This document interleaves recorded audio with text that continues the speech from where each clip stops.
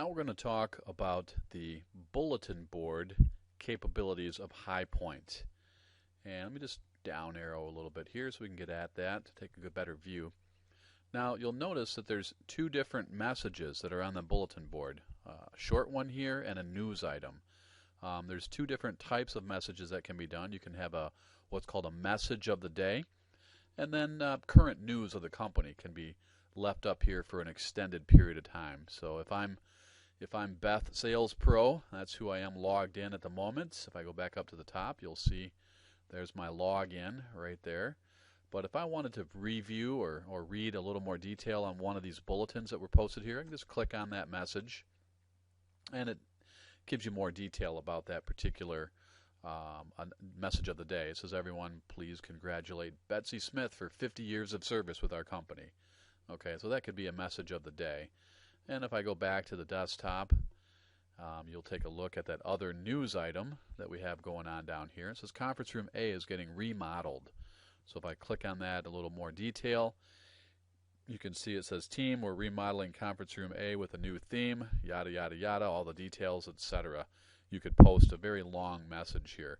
Now if you notice, again, I'm logged in as Beth Sales Pro. I cannot add or change or modify the message of the day or the current news. Only the administrator can. So let me just log out here real quick, and let's come back in as John Leader. Get my password correct here. Well, it would probably help if I could spell. There we go. So I'm coming back in as John Leader. And you can see my bulletin board down there. Also, I want to just point out again that when you're in HighPoint, you have access to multiple projects or web groups. And each one of these projects or web groups can have its own My Desktop, which includes its own tasks, its own document workflow, its own document library, its own bulletin boards, and its own forums. Okay, so we're in the main repository. I'm logged in as an administrator, John Leader.